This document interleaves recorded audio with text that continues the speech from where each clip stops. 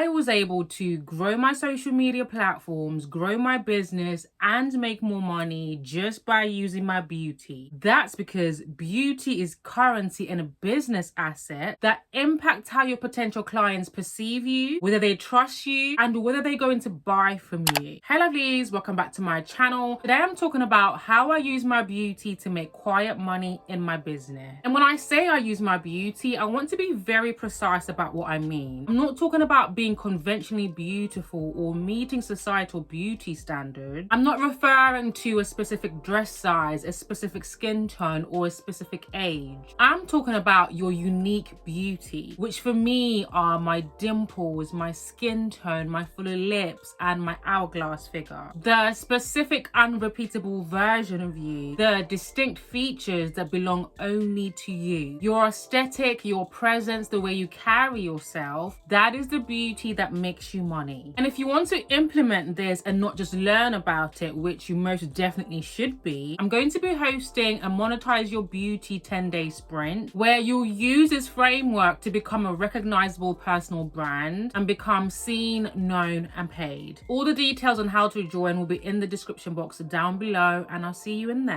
Now, before I go into the 5-part framework, the very first thing that I had to do in order to use my beauty to make quiet money in my business was to remove the scarcity mindset around pretty privilege. I used to think that I had to choose between being beautiful and being successful, because success, the way that it was portrayed to me, always looked loud, performative, constant, and masculine, whereas embracing my beauty felt like success wasn't earned, like I was somehow cheating the system. I toned down my femininity to be respected, and I toned down my beauty to be taken seriously. I did what the patriarchal system tells us to do: work hard and grind. I got my degree, worked my way up the ladder, and hustled like a man. But I was constantly stressed, living with functional depression, and not even making the money that I wanted to be making. I realized that I had to stop hustling like a man and start working like a woman, that my beauty was my divine power. So I stopped trying to be successful the masculine way and started being seen intentionally, dressing more feminine as a curvy woman, maximizing my unique beauty, and being quietly confident. That's when everything shifted. My beauty didn't distract from my success, it just directed it. So you need to identify what your own beauty blocks are, the shame and guilt that you have for leveraging your beauty. Is it because of learned behavior, past experiences, or comments that people have made to you in passing before? You need to own your beauty, identify as a beautiful woman, and start leading with it. Because I've said this before, pretty privilege or the beauty premium is not a new phenomenon. From Esther convincing the king to revoke the order to execute the Jews, the successful careers of Cleopatra, Elizabeth Taylor, Marilyn Monroe. I even have a series over on my Instagram where I show how pretty women have leveraged their beauty to start and scale their online businesses. It's not something to be ashamed of. It's not a form of manipulation. It's an unfair advantage that we have as women that, if leveraged correctly, can make you a lot of money and really successful. The first part of the framework is your visual identity. This is the first thing that your potential client experiences before she's heard a word or watched any of your content. It is the feeling that she gets when she lands on your page, which only takes about 3 seconds. And this feeling will tell her instantly if you're the expert that she's been looking for. It's the same thing when you meet somebody for the first time, what people call the first impression. You've already created a story about them and unconsciously put them in a specific category based on how they look and how they present themselves. And for most talented women, this is where the first invisible money leak is happening. Your expertise might be real and your offer might be strong, but your visual identity is communicating a level that doesn't match what you're charging or what you're offering. And practically, your visual identity is built from 3 things. First, a signature look. One that communicates authority, warmth, and professionalism before you've even spoke. Your hair, your makeup, your skincare, your wardrobe choices. They're already telling a story about who you are and what you have to offer. A woman who's worth investing in looks like she invests in herself. You can use your current personal style or the personal style that you want to step into. For example, I have a feminine chic personal style and I portray that in every piece of my content. If you don't know where to start with this, go on Pinterest and search your personal style or your ideal personal style. I like to be very specific and say curvy woman feminine style aesthetic. And then you want to create a board and name it visual identity or visual aesthetic and start saving inspiration onto the board. Secondly, you want to choose a color presence. So 2 colors that you genuinely feel good in and that you can use everywhere on your social media platforms, on your website, your landing pages. I personally use colors from my color season, which is what I recommend everyone to do. My primary color is the burgundy aubergine maroony kind of color. I use like a pastel cream to contrast it. I also gravitate towards a dark blue and indigo or even an olive green, and without even thinking about it, tend to rotate these colors in my content because colors instantly communicate the feeling of your brand before somebody reads a caption. And then thirdly, you want to identify 3 words that describe how you carry yourself, not your mission statement, not your value list, how you carry yourself, how you actually move through a room, because that energy belongs on your page. Now for me, it's feminine, quiet, confident, and intentional. And if you don't know where to start with this, think about how people usually describe you. Go through your comments on social media to see how people have responded to you, what words they have used to describe you, or go through the reviews or feedback from previous clients and also take a note of the words they have used to describe your service, how they've experienced you. When those 3 things work together, your visual identity is aligned and women and your potential clients know who you are before you've even introduced yourself. Part 2 of the framework is your camera presence, and it's not about being extroverted or performative. As an introvert, this is the part of the framework that I had to work on consciously. And it's the part that made the most significant difference when it came to conversion. Now and again, I get comments like, I love your quiet confidence. I love your congruency. I love how you carry yourself. But at the same time, I'll also get comments like, why are you using your hands so much? It's really distracting. And that's all due to my camera presence, the good and the bad, that's either attracting people or repelling people. It's the specific quality that makes a viewer feel like you're speaking to her and only her, even if you're filming on your own in a room like I am right now. It's the eye contact with the lens, not the screen. It's your smile, not just with your mouth, but with your eyes, your body language, your mannerisms, speaking at about 70% of the speed that feels natural to you, because confidence does not rush. It's not about becoming who you're not, but maximizing who you already are on camera. There are also practical elements of camera presence that communicate your value and what level you're on. So small details like your lighting, your environment, your background, the gap between how you present yourself in camera and the standard you want to be associated with. These are not vanity decisions, these are presence decisions. And your camera presence is either pre-selling a potential client before you've sold it, or it's actually costing you a sale. Part 3 of the framework to use your beauty in your business is visual storytelling. And this is where most female entrepreneurs think either too small or too big. They either think I just need to whip up my camera, portray my message and show my expertise and just post it. Or they think I need to get a professional camera, a videographer, an editor. But those 2 mindsets are too extreme. You just need to start thinking more like like a creator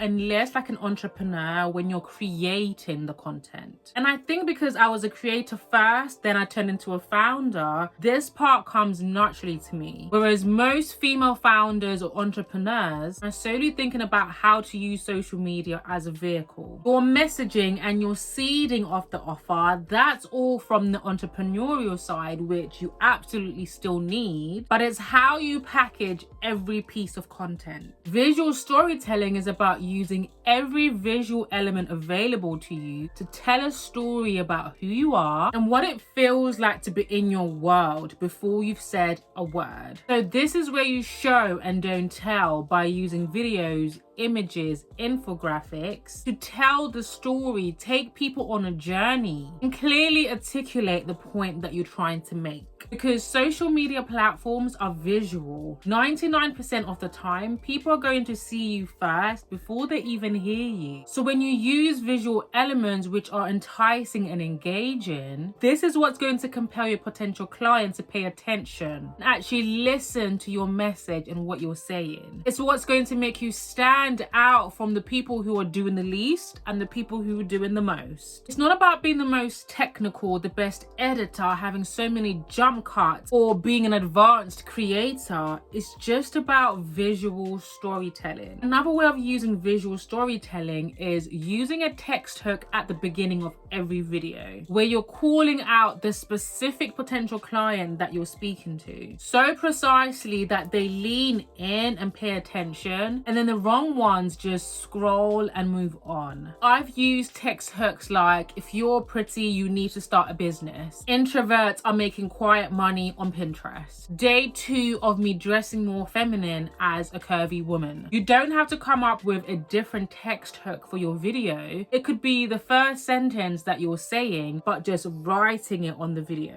This creates intention, and intention is what converts.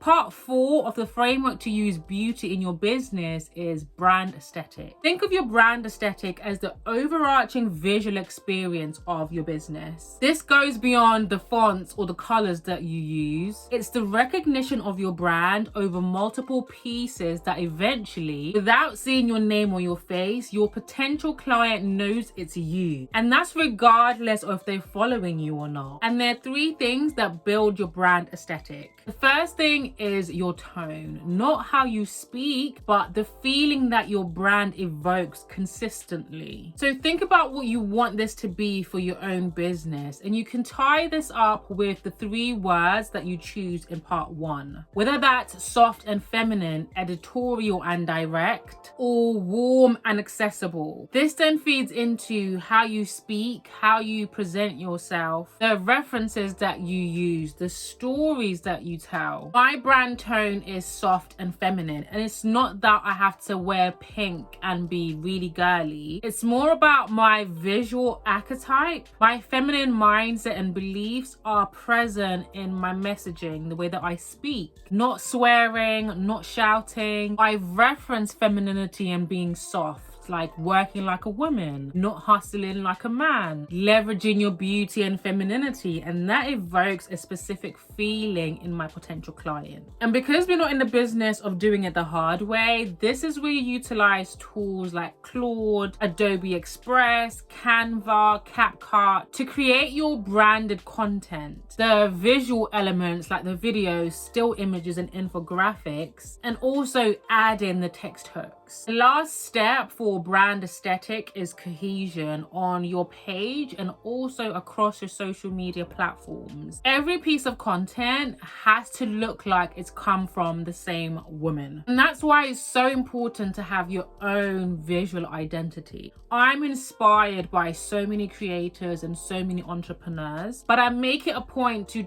take the inspiration and not copy. Otherwise, you end up becoming a carbon copy copy of somebody else's brand. Not only is it not authentic and does it not convert, your viewers and potential customers will be able to spot when you've copied somebody's content. Because remember, the algorithms are now interest-based. So if they're seeing your content or if they're following you, chances are they are following or seeing content from creators and entrepreneurs in your industry or your niche. So copying and being inauthentic is going to instantly turn them off. The women who attract their dream clients have a recognizable brand before people even know what they do. The fifth part of using beauty in your business is your brand voice. Now, this is what's going to tie everything together and make you distinct and unrepeatable. I stumbled onto my brand voice when I was sharing my expertise but still not landing any clients. It's sharing what you know in a way that makes the right potential client feel seen and understood before she has introduced herself to you. And there are three things that create that. Firstly, your archetypes. These are the specific parts of your lived experience that shaped how you see the world. And for me, that's being an immigrant, being an introvert, being a single mom, being a type A, being a curvy woman, and being the first woman in my family to build something of my own. These aren't just personal details. They're the details that will make your perspective so specific and unrepeatable. And the reason why the right potential client will trust you in a way that she doesn't trust any other coach or service provider. The second thing is your core message. That's the one thing that you want to be known for. Mine is pretty women shouldn't have to hustle for money and should leverage their beauty and femininity online. So everything I create, how I show up, how I speak, my message points back to that specific message. And the third thing is your ideal client's current reality. Not who she wants to be, not where she wants to be, but who she is right now. Her exact frustration, her exact situations, their exact things that she will be typing in and searching at midnight to solve her problems when everything seems to be falling apart. When this aligns with your archetypes and your core message, that's what creates a brand that will make your potential client say, she's talking about me. And that sentence is the one that sells. Those 5 parts, visual identity, camera presence, visual storytelling, brand aesthetic, and brand voice, that is the monetize your beauty framework that I use to go from being an invincible introvert to a business built on quiet money that attracts clients and brand deals without chasing them. And if you'd like to implement this framework in your own business, be sure to join the Monetize Your Beauty 10-day sprint inside the Visible and Paid Society. I'll link the details to join in the description box and also a pinned comment. Like this video if you want to see more videos on feminine business and quiet money. Subscribe to the channel and I will see you in the next video. Mwah. Bye, lovelies.